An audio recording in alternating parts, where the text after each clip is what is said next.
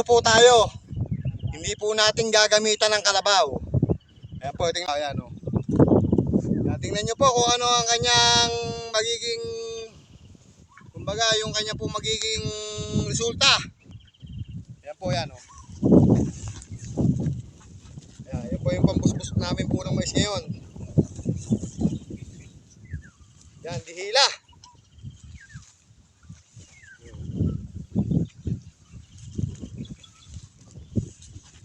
Medyo mahirap lang ho talaga. At gagawa po ng gagamitan nyo talaga siya ng puwersa. Sa panahon po ngayon kasi wala nang kalabaw.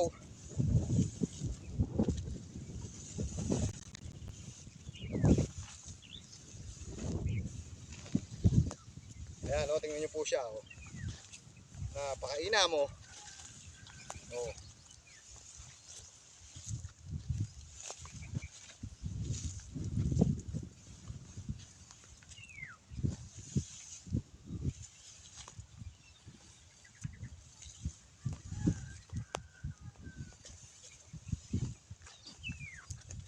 Ano, oh.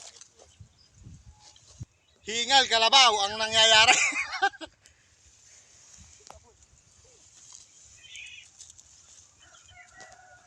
Ano siya, pero maginhawa naman siyang batakin.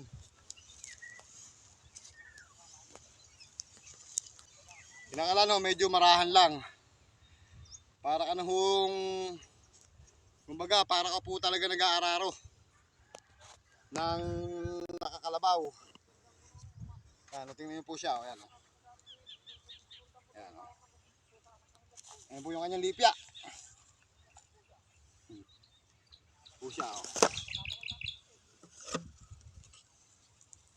Ayan po yung kanyang nagagawa, oh.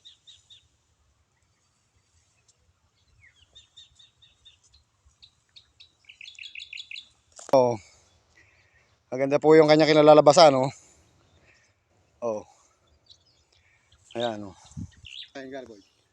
Kinakailangan po kasi sa ganitong pamamaraan, para ka rin po siya nag-aararo. Kumbaga, pagka po sa araro po kasi kinakailangan nakalalig ang ganyan. Pagka po yun may kalabaw kayo, pagka bumaon po na yung lipya, tsaka nyo po siya alalayan. Kaya po ganun rin po pagka po kayo nag-aararo po ng ganito. Ang kahibahan nga lang po talaga kinakailangan po dyan, hindi pa, nakita nyo po yan, maangat. Pagka po yan pabatak na po ilalim, babaon po yan.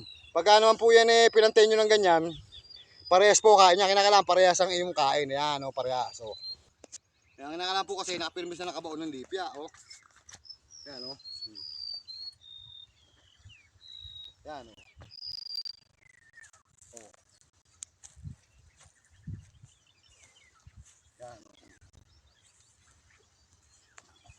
Oh. Sige po, nakaisang tudling na tayo. Yan, nakaisang tudling na po tayo, oh. Yan, tingnan po, nakaisang tudling na. Yan, pagka po naman kayo babaling, siyempre, para kayo bumabaling ng kalabaw. O yan, oh. Oh. Yan po ang pinaka-importante, oh. Ayan, papakagatin niyo po siya. Ayan, kagat na. Yung kalawa muna gawin natin pagitan. Pasok, ayan. Ano maganda. Ayan, yung kalawa. Kahit yung kalawa. Ayan, oh. Ayan po siya, oh. Tabaw na. Oh, ayan.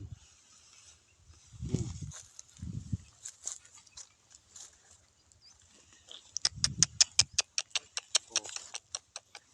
Pagka gusto nyo ilalim, pagka gusto nyo pong ilalim yan, pagka gusto nyo pong ilalim, siyempre, iaangat nyo ng bagay yan. Tutuwad nyo naman gano'n, naangat nyo nasa dulo. O, kinakala po yan. Pag inangat nyo dulo, papalalim yan.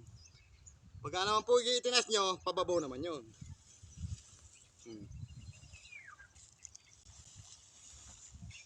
Hindi ko nga, pagka gusto mong dadapa mo yan, sige yan, diretso lang. Pagkapakagatin mo. Yan. Ayan, o. Yan. Yan ang kagat niyan. Yung medyo, yan, yung sumasaboy yung lupa. Yan. Ayan, tingnan ko, sumasaboy po siya, o. Oh. Saboy yung pawis. Oh. Kailangan natin ng... Yan. Yan, paano pong gamitin ng Testingin nyo nga ng dalawa para kung tingnan natin kung ano. Yan, tinesting na po namin dalawa kung alin po. Yan! Sige, hey! Huh! Hey! Shh! Huh! Hey! Shh! Huh! Huh! Hey! Huh! Hey! Shh! Huh!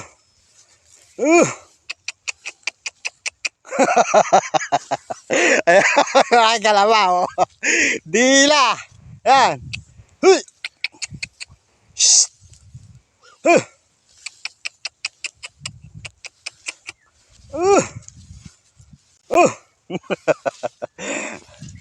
Ayan po yung kanya nagagawa. Ayan po yung resulta. Hingal kalabaw po talaga. Hingal kalabaw. Pagka po talaga nasalang ka sa ganyan. Ayan po siya. Ayan o. Ayan. Ayan ako. Napakainam din. Ayan lang ho talaga. Patay ka sa hirap. Ganyan ho kahirap ang inaabot ng kalabaw. Ayan. Talagang humararamdaman nyo talaga yung hingal kalabaw. Ayan, napakabigat po pala ng maging isang kalabaw. Ayan. Ayan sa mga kalabaw natin dyan, shout out. Huwag natin pagbebenta yung mga kalabaw natin na meron tayong nagagamit. Ayan. Pagka maghahalaman kayo, napakainam ho talaga. Sabog ang pawis.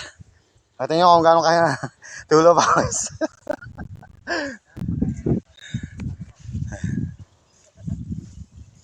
Ayan, shoutout po sa mga may kalabaw po dyan.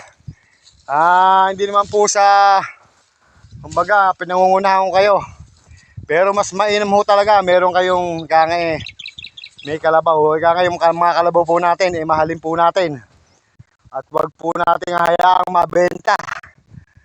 Kaya nga po yung sa kagipitan nagagamit po talaga natin hayop pero hanggat magagawa po natin na magtiis para po wag mawala po sa atin ang kalabaw yan. Sige po. Hanggang sa susunod na lang pong uling video. Maraming salamat po sa inyong pong panonood. Hanggang sa muli po. Ayan. Maraming salamat.